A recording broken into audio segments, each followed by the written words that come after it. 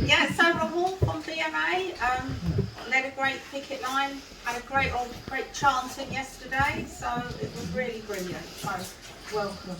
Thank you. Thanks for having me here. I have a tendency to ramble, so if someone can weigh in aggressively and shut up, I will. I'm also going to sit down if that's okay. Been standing on the picket line for a while. So my name is Rahul. I work in the Accident and Emergency Department at QQM down in Margate, although I live up in Canterbury.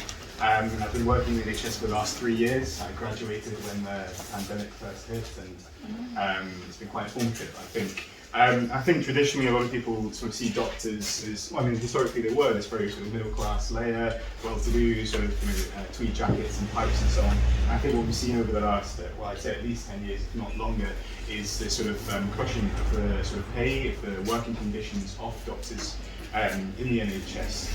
So the reason we've gone out to strike is over superficially, so a pay dispute. You know, our pay has been cut by 26% since 2008. No coincidence that that sort of coincides with the 2008 recession and the need for the workers to kind of foot the bill for a crisis created by the bankers. Our demand is for a 35% pay rise, which compared to a lot of other unions does certainly sound optimistic in the context of the Tory government that made it very clear where they stand on workers' rights. But it's a demand that we're putting forwards in order to get to the negotiating table to speak to Stephen Barclay when he's not sort of sitting on pina coladas and enjoying his holiday. But it's more than a pay dispute, and I think it's probably the case with the RCN as well and for a lot of the unions, is that I don't think it's controversial to say that the NHS is collapsing every day. I work in the emergency department, and at the front end I see a lot of that, of waiting times. I see patients sitting in A&E, forget about 12 hours, 48 hours sitting in the waiting room waiting for a bed in the hospital. We've had cardiac arrests on the doorstep because there's such a queue to get into A&E. And not only that, but on the back wards where our patients are sort of coalescing, they're often waiting for days, weeks, sometimes even up to a month for a bed in the community to get the care that they need. So it is, like I said, a lot more than just about the pay rise. The pay rise would be, or pay restoration rather, would be nice. But this is about keeping as many staff in the NHS as possible. And as much as we say the NHS is about the medication we give and so on, it's very much about the staff as well. To be honest, that's the case, I think, with all workplaces. It's a mass exodus of doctors, about 80% are looking to essentially leaving the NHS, either to go to Australia and New Zealand or to go into other professions where they'll be fairly compensated for their level of skills. And similarly, you've seen with nurses, thousands of nurses leaving the NHS as well. And all that means that those of us who are left behind are on understaffed wards in paid poverty pay, especially for our nurses and healthcare assistants. And that's just impacting on patient safety. There's not enough of us to be able to look after the patients, and therefore, you talk about sort of 500 deaths a week. To put that in context, that's as if the Boeing 747 were to crash in the UK every week. That's how many people are dying. It's the most vulnerable. It's often those who are most disconnected, I think, from the living struggle, the elderly and the disabled, and the overlap of those. So that's sort of what we're fighting against, and it's part of a broader issue about public health in the UK. Life expectancy is flatlined. I don't think you've probably heard that much in the BBC and so on, but that's it. This is where the buck stops. People are now starting to die earlier, in much worse conditions. This is as far as the Tories are able to let health of the people sort of develop. So what's sort of the way forward? And I think, why are we all sitting here, right? Why is the TUC reviving this? Because we're going through a revival in the sort of militant traditions of the British working class. I think although we can look at the French with envy about, setting fire to stuff and storming banks and whatnot, don't let anyone tell you that the British aren't radical. And I know largely most of you in this room will be radical, but it's much more than that. 1926 general strike was a really good example of that. For a good, I think it was 9 days, workers ran society in the UK. Unfortunately, it's the TUC who actually kind of undermined that, which I'll get onto in a second. But yeah, these militant traditions are coming back, and we've got to sort of make sure that they're there on every picket line, and not just the classic sort of radical unions like the RMT and so on, but even the old school traditional, kind of more conservative unions like the BMA. But you can tell that the government are not going to give us this 35% as it stands. Stephen Barclay is literally on holiday while junior doctors are on picket lines trying to save the NHS. So we need to escalate our action.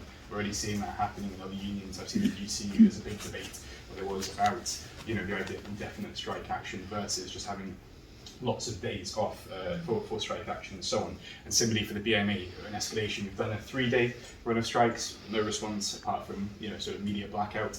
4 days of strikes, no response. So we're already talking about the idea of 7 days of strike action or withdrawing more services. These aren't things I'm excited about. I don't like the idea of sitting on a picket line knowing that there's not enough people in the hospital to look after patients, but this is fighting for so much more than just our sort of short-term goals of making sure that we see enough patients every day. This is fighting against the system that kills thousands on a daily, yearly basis. We also need to coordinate our strike action. The BMA is kind of dragging its feet a little bit with this, as are some other unions. It's disappointing to see the RCN leadership saying that no, this is just a nursing pay dispute, this is about nothing else. But I've seen on the picket lines, reps from other unions coming together. We need to coordinate this, and that's what this TUC should be about. It should be about coordinating strike action. It should be about making more of a blow, as it were, to the Conservative Party and the bosses and bankers who they represent, than just sort of having isolated small fires. We should build together into something bigger, and that's not just with the healthcare unions. I would love to sort of team up with the nurses. Unfortunately, Unison, her kind of leadership encouraged their membership to vote in favour of this. I don't know, it's not a pay rise, it's a pay cut, really. It's just how much shadow do you want the knife in your back? It's not really a fair question. But I want to just unite also with other unions that are still on strike. Congratulations to the NEU for fighting back against crack pay offer, but also the UCU and other unions who naturally will come out more. We're just at the start. This isn't the peak of the strike wave. It's going to get bigger and bigger. We're drawing in more layers. More people are flooding into the unions. More people, like doctors and barristers who traditionally would have sat these sort of things out because we were doing okay, are being drawn in. So this is just the beginning. I'm very excited to see this TUC meeting happening. I'm very happy to be here. But to do that, we need that rank and file democracy. In my union, there are no branch meetings. I've had to try and desperately call for us to have meetings, but we don't have that. Whereas I know in the RMT and stuff, we have that tradition of a proper union democracy. There are branch meetings. It's encouraged that if you miss a meeting, someone might call you up to make sure you're okay. We need that, and then the TUC, I think, can lead on that with encouraging those messages to go out to the unions. Similarly, we need fighting leadership. The BMA leadership has been quite good, actually, quite sort of resolute. And in unions where that's not happening, whether it's, again, the RCN or Unison, I'm not trying to sort of call out my colleagues here, the rank and file, I think, are the right idea for leadership. We're trying to sell the membership down the river. It's, if they're not with you, then they're against you, and that needs to be remembered. And that they're not more powerful than they seem. They're there on a democratic mandate, and if these leaders don't represent their workers, they should be replaced. I don't think that's too radical a thing to say, although I have feedback on that. So I'll finish off because I realise I've probably gone over the 5 minutes. Not waving, but what can the TUC do here? As it stands, and again, I'm going to be blunt about this, the TUC leadership are being weak. They're calling for things like a small sort of increase in the living wage by 2030. On Facebook, they post memes and videos. They're not as serious as they were previously and historically. In the 1970s, when there was the Pentonville Five, who were imprisoned for picketing, the TUC coordinated a threat of a general strike. Ted Heath's government folded as a result of that. This is how we need to sort of fight these things. The TUC needs to be a lot more than it currently is, but it's not going to happen by us just going up to the leadership, knocking on the door and saying, be better. It needs to come from rank and file sort of energy coming up towards that. And I think with that, we need to use the structures we have. This rechristening, rebirth of the TUC locally should be sending out radical motions to the centre saying, we need a general strike. This is what the workers are saying on the floor. This is not some sort of radical thing here that is being said by just a small minority. More and more workers realise that my struggle is the same struggle as every postie, every nurse, every RMT worker. These are all the same struggle for better pay, for pay restoration, but largely for safety and conditions. On the RMT, we're just wait. I spoke to you mentioned this over previously. We're now waiting on the next train disaster. It's going to happen. As much as the earthquake in Turkey was destined to happen, these things are going to happen. People are going to die in the NHS as a result of a lack of staff if they haven't happened already. This is what we're fighting against. This isn't just us squaring off against some Eton schoolboys at the top. This is against a system that has systematically slaughtered us by the hundreds and thousands, and we need to sort of rise up against that through coordinated action.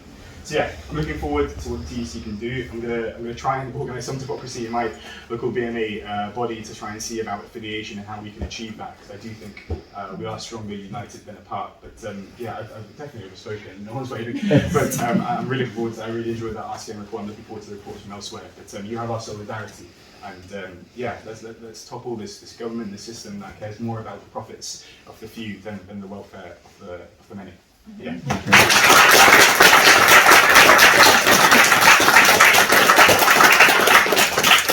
Thank you very much. Thank you. So, can I ask Holly from NU to come next? This happened last time. I followed Rahul